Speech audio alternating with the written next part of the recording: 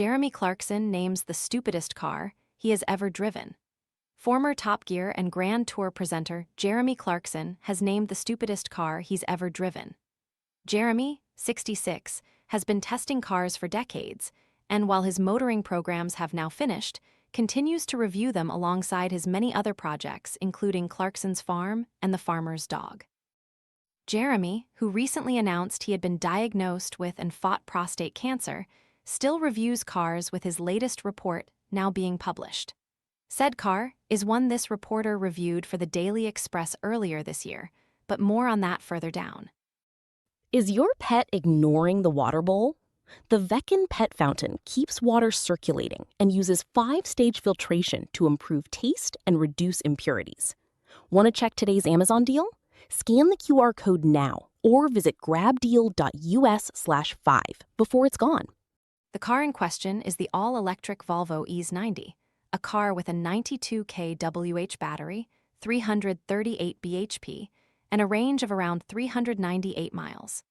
The version Jeremy reviewed was the single-motor Ultra version, on sale now for £77,260. At the end of his review for The Times, Jeremy gave the car 3 stars out of 5, which doesn't make it a total disaster.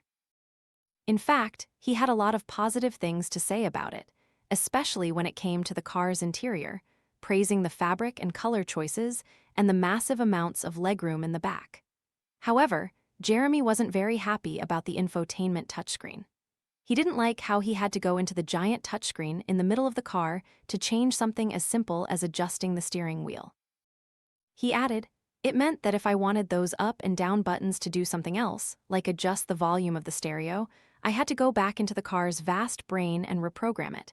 And if I tried this, I got a message on the dash, 'You seem to be distracted.'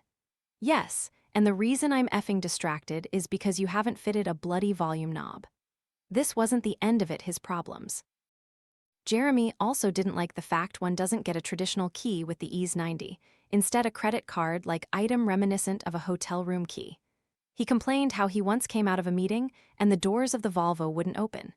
He explained how he then had to get a lift home while someone else rescued the car and brought it to him. However, this didn't quite fix it either.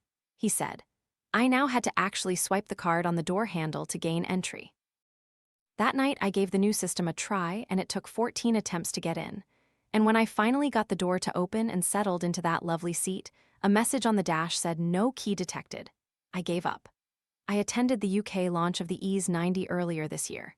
Similar to Clarkson, I like the car, I gave it 8 out of 10, but also found the need to use the touchscreen for absolutely everything, including opening the glove box, annoying.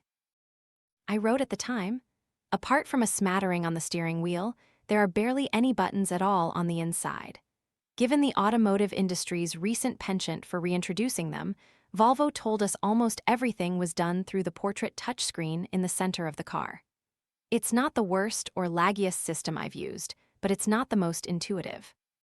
You would get used to it eventually, but some of it is a little overkill, such as needing to go into a sub-menu to open the glove box. More than once you wonder where there isn't a button-based shortcut you can press to, say, get from CarPlay to the radio or manual controls for the aircon. A small row of buttons would certainly be on the request list for any future facelift." The ES90 is fundamentally a good car, and with the Iran war restarting, a good car for our times. But unless the price comes down and some buttons reappear, it won't necessarily convince people out of their BMWs, Porsches, Audis, or Teslas.